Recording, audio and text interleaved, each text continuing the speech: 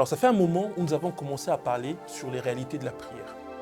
Premièrement, on a parlé de l'origine de la prière. Deuxièmement, on a parlé sur pourquoi il fallait prier, pourquoi c'était nécessaire qu'un homme puisse prier. Et troisièmement, on a parlé sur comment est-ce qu'il fallait prier.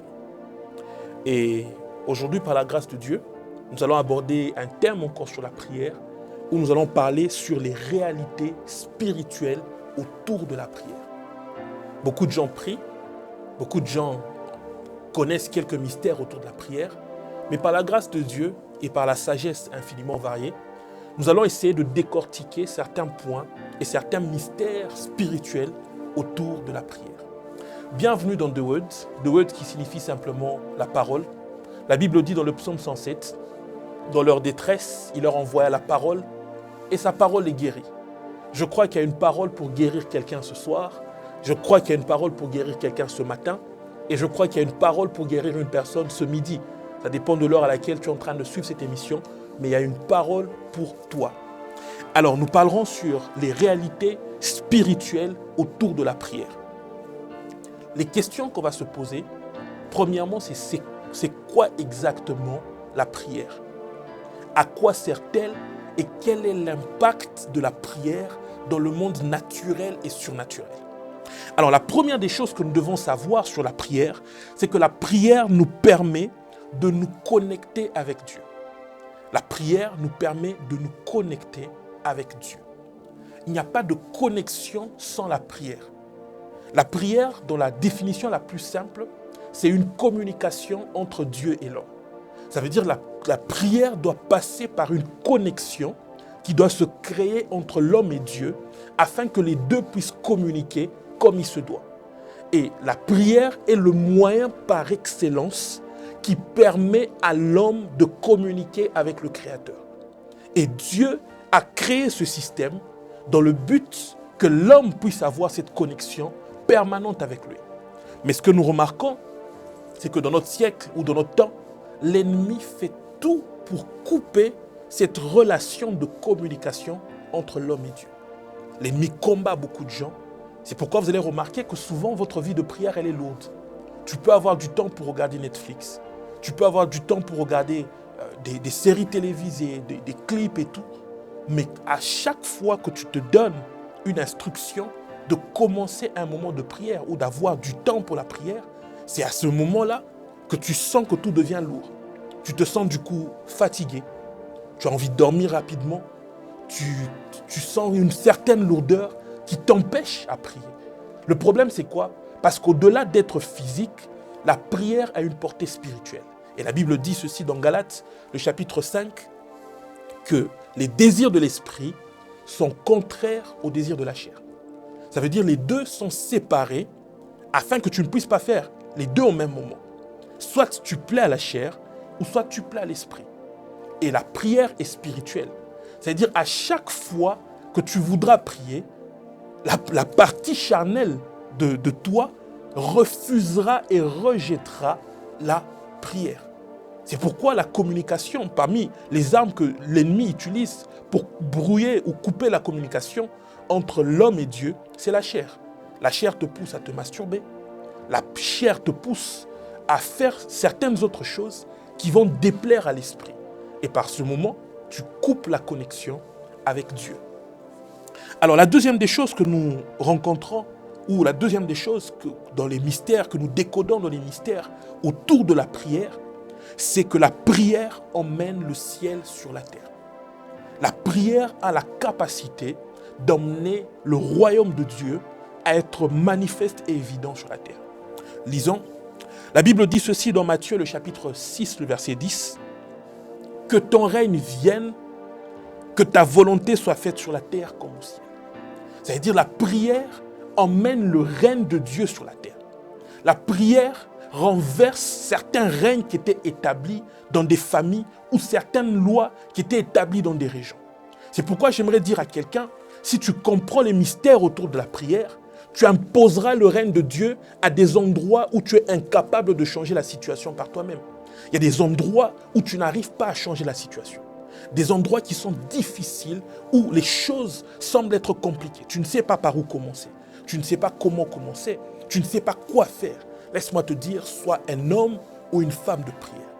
Et j'aime un pasteur ghanéen qui dit ceci. Il dit, quand on impose le royaume, on n'impose pas seulement. Il utilise un mot anglais qui signifie superimpose. Superimpose, ça veut dire, il y a un royaume qui est établi, mais il y a un autre royaume qui vient se poser au-dessus. Et ce que j'aime, c'est quoi? C'est que quand le royaume se pose au-dessus, le royaume se pose avec ce qu'on appelle la kabod. La kabod, c'est le poids de la gloire de Dieu. Et quand le poids de la gloire de Dieu vient se poser sur le royaume qui était établi avant, ça écrase complètement l'ancien royaume. C'est comme ça que j'aimerais dire à quelqu'un que les lois qui étaient attachées à l'ancien royaume ou au règne qui était en train de régner dans ta vie est remplacé par un autre règne qui est meilleur, et c'est le règne de Jésus. Je déclare cela et que cela arrive dans ta vie au nom de Jésus-Christ. Alors, une chose que nous devons savoir sur ce point, c'est que par la prière, nous pouvons invoquer la volonté de Dieu sur la terre, et par cette volonté, ça crée un lien entre le divin et l'humain sur la terre. Amen. Ça crée ce lien entre le divin et l'humain sur la terre. Alors la troisième des choses, ou le troisième mystère, ou la troisième réalité que nous devons comprendre autour de la prière, c'est que la prière est une plateforme de transaction ou d'échange spirituel. La prière est une plateforme qui permet des échanges spirituels et des transactions. Il y a des choses qui doivent transiter. Par exemple, la Bible montre que pour recevoir le Saint-Esprit, les apôtres ont prié pendant qu'ils étaient dans la chambre haute. C'est-à-dire, la prière crée cette plateforme qui facilite les transactions spirituelles. Il y a des choses qui doivent transiter. Il y a une bénédiction qui doit entrer dans ta vie. Il y a un miracle qui doit venir. Et certaines choses ne peuvent transiter que s'il y a la prière. La prière, c'est comme un aéroport qui fait passer ou qui fait à ce que certaines choses puissent descendre et se poser correctement. C'est-à-dire, sans la prière, certaines réalités spirituelles ne peuvent pas être évidentes dans ta vie. C'est pourquoi tu dois être un homme et une femme de prière pour permettre à ce que certaines transactions divines puissent entrer dans ta vie et puissent apporter quelque chose de puissant, ou quelque chose que tu désirais, ou des choses que tu désirais avoir. Et vous allez voir aussi, par exemple, Daniel. Daniel était un homme qui avait compris ce mystère. C'est pourquoi au moment où il avait demandé, il attendait la réponse de Dieu, il était toujours dans un état qui lui permettait de recevoir les transactions spirituelles. Il y a des réponses que tu dois avoir. Il y a des mystères que tu dois recevoir. Et ça ne peut que passer par la prière. La Bible dit ceci dans Marc, le chapitre 11, le verset 24. C'est pourquoi je vous dis, tout ce que vous demandez en priant, croyez que vous l'avez reçu. Et vous le verrez s'accomplir. C'est-à-dire tout ce que vous demandez. On n'a pas dit en pleurant. On n'a pas dit en murmurant. Mais on a dit en priant. C'est-à-dire les gens qui prient, ou les hommes et les femmes de prière, sont des hommes qui sont capables d'amener ces transactions et ces échanges spirituels à être manifestes et évidents dans notre vie naturelle. Alors la quatrième des choses que tu dois retenir autour du mystère de la prière, c'est que la prière est un système de transaction entre le ciel et la terre qui rend les choses impossibles possibles. Certaines personnes penseront que je me suis répété simplement, mais j'aimerais vous dire qu'au-delà de ce que j'avais dit, je suis en train simplement de compléter quelque chose. La prière fait à ce que certaines transactions spirituelles ou certaines transactions du ciel soient évidentes et possibles ici sur la terre. Par exemple, vous retrouvez face à une femme, j'aimerais partager un témoignage. Il y a un homme de Dieu qui m'a raconté un jour que sa femme était tombée malade et qu'on lui avait coupé les trompes. C'est-à-dire, automatiquement, cette femme ne pouvait plus enfanter. Pour les médecins, d'après les diagnostics que les médecins ont donnés, c'était fini pour la femme et elle ne pouvait plus avoir d'enfant. Mais après 10 ans, par la voie d'un miracle, sans pour autant avoir des trompes, cette femme est tombée enceinte et a eu une fille. Et aujourd'hui, au moment où je vous parle, cette fille a aussi des enfants et le monsieur est grand-parent. Pourquoi? Parce que le miracle de Dieu s'est effectué et au travers de la prière. C'est-à-dire la prière emmène des impossibilités sur la terre à devenir possibles parce que la réalité de la prière est une réalité qui est attachée au ciel et pas une réalité qui est attachée à la terre. C'est pourquoi si tu deviens un homme de prière, tu emmèneras les réalités du ciel à être évidentes sur la terre. Je ne sais pas ce qui te manque. Peut-être qu'on t'a dit que tu as peut-être un rein qui fonctionne. Peut-être que ton cœur ne fonctionne pas correctement. Mais j'aimerais te dire ceci. La prière a la capacité d'amener les choses qui sont impossibles à être possibles sur la terre. C'est comme ça que la réalité du ciel vient sur la terre et impose une autre réalité différente de celle qui est sur la terre. Et je déclare au nom de Jésus-Christ, de partout où tu me suis, que si tu vivais l'enfer sur la terre, que Dieu emmène l'atmosphère du ciel qui va remplacer celle qui existait ici-bas sur la terre et emmener les impossibilités à devenir possibles au nom de Jésus-Christ. Alors une autre chose que nous devons comprendre sur la prière, c'est que la prière est le moyen qui permet de libérer la puissance surnaturelle de Dieu. La prière, je peux même dire, c'est le moyen par excellence qui permet de libérer la puissance surnaturelle de Dieu. Il y a plusieurs moyens de libérer la puissance de Dieu, mais le moyen par excellence qui permet à ce que la puissance de Dieu soit tangible, c'est par la prière. Vous savez, comme je dis toujours, c'est facile d'être un homme qui récite juste des écrits. Aujourd'hui, avec l'intelligence artificielle, on peut prendre des écrits par-ci, par-là, composer un texte et commencer à prêcher. Mais la prière est une des choses qui montre le dévouement d'un homme. La prière montre la transformation d'une personne. Et cette prière a la capacité de dégager une énergie ou une puissance capable de transformer. C'est vrai qu'on peut dire aussi que dans les textes qu'on lit ou dans les messages qu'on partage, il y a aussi la puissance de Dieu. Mais vous savez, dans le monde dans lequel nous nous trouvons, c'est un monde qui fonctionne avec des émotions. C'est-à-dire que quelqu'un peut venir avec une simple révélation et les gens se mettent à sauter, sans pour autant que cette révélation apporte un changement dans leur vie. Si Dieu nous permet, à la longue, on parlera des réalités autour de la parole de Dieu et de la puissance qui se dégage. Vous allez voir que cette puissance n'est pas apparente, comme le monde essaie de nous montrer, mais c'est une puissance qui est efficace et qui produit des résultats. Alors, je continue mon enseignement. La Bible dit ceci dans Jacques, le chapitre 5, le verset 17 à 18. Élie était un homme de la même nature que nous. Il pria avec instance pour qu'il ne plût point, et il ne tomba point de pluie sur la terre pendant 3 ans et 6 mois. Et à 18, la Bible dit, puis il pria de nouveau, et le ciel donna la pluie, et la terre produisit son fruit. Alors, ce que j'aimerais dire ici, c'est que Élie avait la capacité de dégager la puissance de Dieu, capable de stopper, de fermer le ciel ou d'ouvrir le ciel. Capable de stopper la pluie ou de laisser la pluie tomber. De la même manière qu'il a fait avec la pluie, Élie l'a aussi fait avec le feu. Élie a fait tomber le feu. Élie a fait à ce que le feu puisse consumer. Et j'aimerais dire ceci, la prière a une puissance. Et si tu es un homme de prière, automatiquement, tu ne peux que voir l'évidence de la puissance de Dieu au travers de ta vie de tous les jours. Sois un homme de prière et tu verras la puissance de Dieu se manifester dans ta vie tous les jours. Alors le 6e point, c'est que la prière, ou le 7e point, je m'excuse, c'est que la prière, non, excusez-moi, le 6e point, la prière est la clé qui déverrouille les portes du ciel et qui ferme celles de l'enfer. Matthieu, le chapitre 16, le verset 19, la Bible dit ceci. Je te donnerai les clés du royaume des cieux.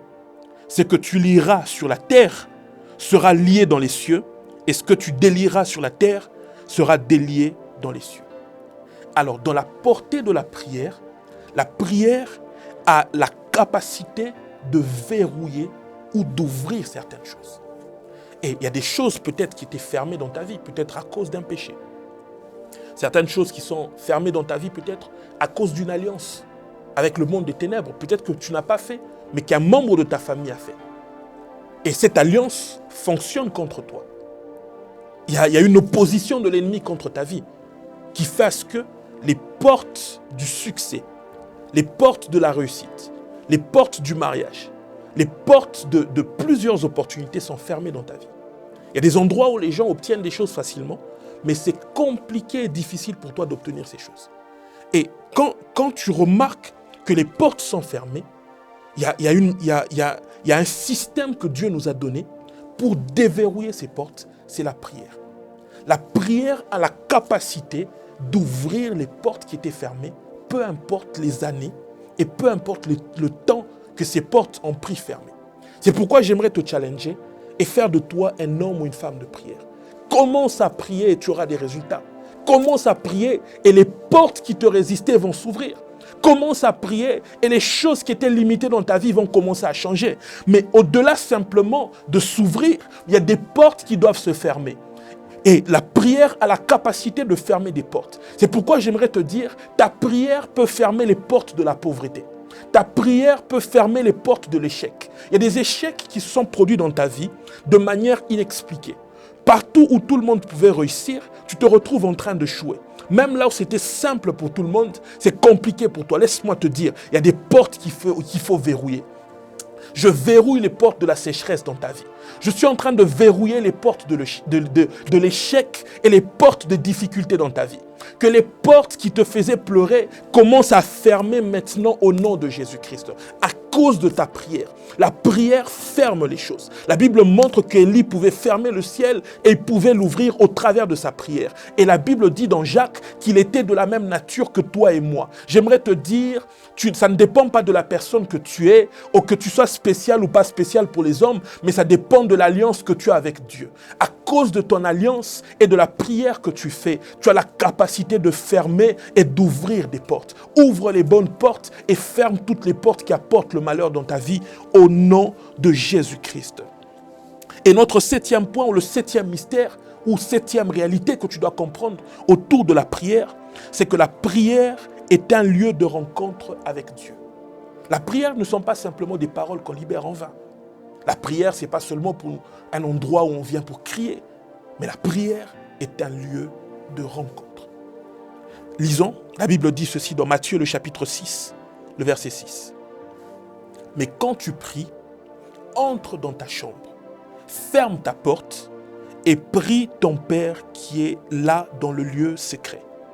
Et ton Père qui voit dans le secret te le rendra. Alors, comme je l'ai dit dans les enseignements précédents, le lieu secret dont on est en train de parler est un lieu d'intimité avec Dieu.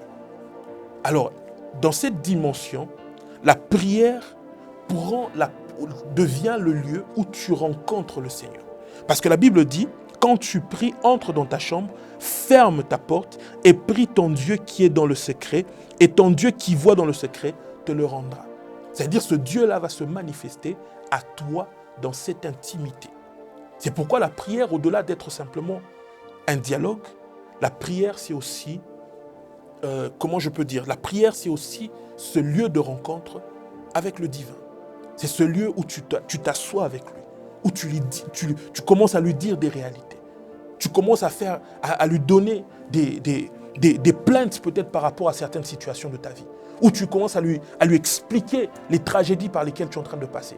Où tu invites son intervention pour qu'il vienne te sauver et te sortir d'une situation. Alors la prière, au-delà d'être une conversation, comme je l'ai dit, c'est un lieu de rencontre.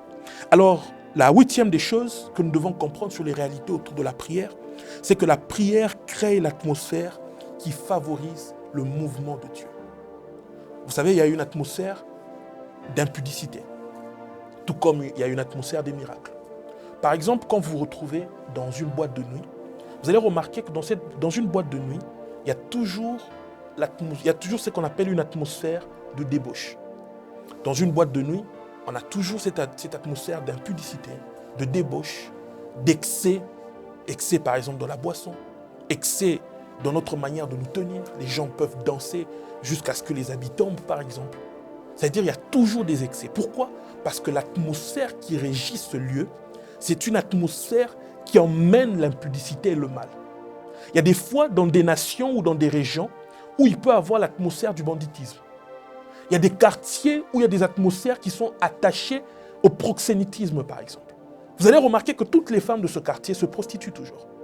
Il y a des atmosphères qui font à ce que les gens puissent être déloyaux. C'est-à-dire, tout le monde n'est pas sérieux. On ne peut faire confiance à personne. Et dans le monde spirituel, c'est un monde qui fonctionne aussi avec des atmosphères. Et la prière a la capacité de créer une atmosphère qui rend le mouvement de Dieu facile. La prière a la capacité qui emmène les miracles de Dieu à être évidents sur la terre.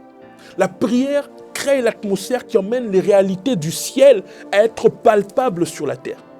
La prière a la capacité d'emmener même la vision du ciel à être visible sur la terre. C'est pourquoi le lieu de prière est un lieu qui est régi par une atmosphère du ciel. C'est impossible que tu sois un homme de prière et que tu ne puisses pas demeurer dans cette atmosphère. Et plus tu demeures dans cette atmosphère, plus tu ressembles à Dieu, et plus tu commences à parler comme Dieu, et plus tu commences à avoir des résultats de Dieu. Parce que dans les résultats de Dieu, Dieu n'a pas incarné d'échecs. Dieu n'a pas incarné des choses où il a échoué. Dieu va de réussite en réussite, et même quand il est venu sur la terre, il n'a fait que réussir la mission pour laquelle il était venu. Crée l'atmosphère de la prière autour de ta famille. Cela facilitera le mouvement de Dieu dans ta famille. Dans ton mariage, peut-être que tu vis l'enfer dans ton mariage. Tu es sur le point de divorcer. Tout est compliqué. Vous êtes allé voir des conseillers matrimoniaux. Vous êtes allé voir des gens pour vous conseiller, les parrains, des amis. Et jusque-là, rien ne change. Investis dans la prière. La prière changera l'atmosphère, peut-être qui est en train de donner des mauvais conseils. Parce qu'un jour, je parlerai sur les réalités de l'atmosphère. Vous allez voir que dans l'atmosphère où nous vivons, il y a des voix qui parlent dans le surnaturel. Et il y a certaines voix des condamnations, des voix qui sont en train de crier divorce, d'autres qui sont en train de crier meurtre. Et il y a des voix qui crient. Alors sois un homme de prière et crée l'atmosphère convenable autour de tes projets, autour de ton travail, autour de tes études, autour de tout ce que tu fais. Quand tu pries, tu crées une atmosphère qui favorise le mouvement de Dieu. Et quand le mouvement de Dieu est favorisé, il y a un mouvement angélique qui se passe. Et les anges sont des êtres que Dieu a placés sur notre chemin ou a mis dans notre vie pour venir nous secourir ou pour venir nous aider à des endroits où nous ne pouvons pas faire certaines choses. C'est comme ça que j'aimerais te dire que dans ta maison, au moment où tu es en train d'élever ta voix maintenant, il y a une atmosphère et un mouvement de Dieu qui est en train de se créer. Alors le point suivant sur la prière ou la réalité que tu dois connaître sur la prière, c'est que la prière, c'est faire recours au divin pour qu'il intervienne dans notre vie. La prière, c'est faire recours au divin pour qu'il puisse intervenir dans notre vie. Autrement, la prière, c'est une invitation légale que nous faisons à Dieu pour qu'il puisse intervenir dans notre vie. Pourquoi une intervention légale? Parce que quand vous regardez la prière, dans la loi des territoires, si je peux expliquer, dans la loi des territoires, c'est impossible qu'un être puisse entrer dans le ciel de l'homme sans pour autant demander l'autorisation de l'homme. On va lire le psaume 115, le verset 16, la Bible dit ceci. « Les cieux sont les cieux de l'Éternel, mais il a donné la terre au Fils de l'homme. » Ça veut dire, si la terre a été donnée au fils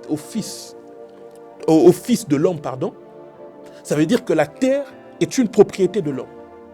Et tout être spirituel, que ce soit Dieu ou le diable, qui aimerait pénétrer dans le ciel de l'homme, doit venir nécessairement avec soit un accès ou une autorisation qui vient de l'homme. Ça veut dire, s'il n'y a pas d'autorisation, cet être ne peut pas entrer.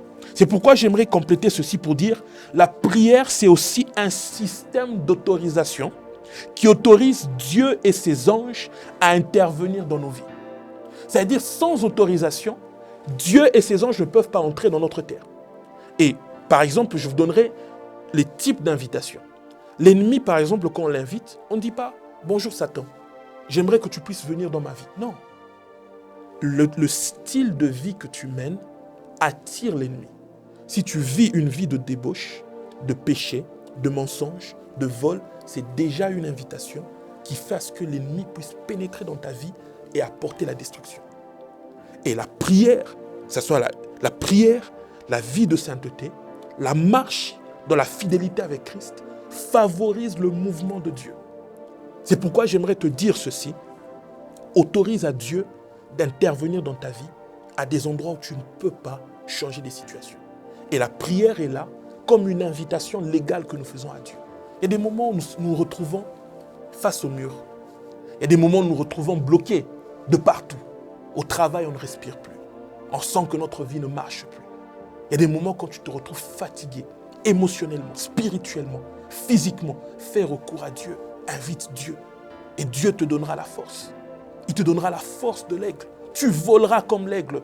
Tu vas courir sans pour autant te lasser. La Bible dit que vous courrez, mais vous n'allez pas vous fatiguer. Mais la Bible dit que tu prendras le vol comme l'aigle. Je ne sais pas à quelle dimension tu étais fatigué. Je ne sais pas comment est-ce que ta vie était, mais j'aimerais te dire, si tu t'attaches au divin, il y aura des résultats que tu auras qui seront surnaturels, qui vont dépasser l'entendement physique des choses. Je prie pour toi de là où tu te trouves. Tu es fatigué, peut-être fatigué d'une maladie, fatigué peut-être d'une situation. Ton cas te fatigue, tu passes par des moments difficiles. Je déclare au nom de Jésus-Christ de Nazareth qu'au travers de ta prière, qu'une intervention angélique puisse venir, que Dieu libère ses anges dans le ciel et qui viennent te soutenir dans le travail que tu es en train de faire. Tu as besoin des repères, tu as besoin de connaître là où tu te trouves, l'endroit où tu dois partir, que Dieu t'envoie des anges. La Bible dit que dans le livre d'Apocalypse ou de Révélation, Dieu avait envoyé un ange qui était en train de donner des instructions à Jean. L'ange pouvait dire à Jean, monte ici, regarde par ici. Il y a des directions que tu dois regarder. Il y a des choix que tu dois prendre. Mais il y a un mouvement angélique qui doit se produire et une autorisation qui doit venir. C'est pourquoi ce soir, je déclare au nom de Jésus-Christ qu'au travers de ta prière, il y a un mouvement qui se crée dans ta maison. Au travers de ta prière, il y a une invitation que tu fais à Dieu et Dieu libère ses anges. Il y a une invitation que tu fais à Dieu et son Saint-Esprit vient saturer l'atmosphère. L'atmosphère de ta maison est en train de changer. Je ne sais pas si ton atmosphère était régie par des démons. Ton atmosphère était régie par des divorces, par des maladies. Mais je change cela par l'atmosphère du ciel. Dieu est en train d'envoyer une nouvelle atmosphère qui va changer et apporter les réalités du ciel sur la terre. Je ne sais pas si tu étais malade et qu'on t'a dit que tu avais le cancer. Tu as une maladie incurable, un problème de rein. Je ne sais pas comment on appelle ta maladie, mais je sais qu'il y a une atmosphère du ciel. Quand elle s'impose sur la terre, elle renverse le règne qui était établi et elle impose un nouveau règne. Je déclare que ce règne vienne dans ta vie et que ce règne puisse apporter un changement et un renouveau au nom de Jésus-Christ. Alors soyez bénis de partout, vous m'avez suivi. C'était notre enseignement sur la prière et je crois que le Seigneur vous bénira puissamment au travers de cet enseignement. Ne prends pas seulement cet enseignement comme une émission, ne prends pas seulement cela comme un moment de détente, mais que ça soit un moment de consécration, de prière. Je prie pour toi, je déclare au nom de Jésus que ta vie de prière puisse changer. Qu'à partir de cet enseignement que tu viens de recevoir et des réalités sur la prière, que tu puisses voir différemment l'intervention divine et que Dieu puisse vraiment intervenir dans ta vie. Sois béni au nom de Jésus.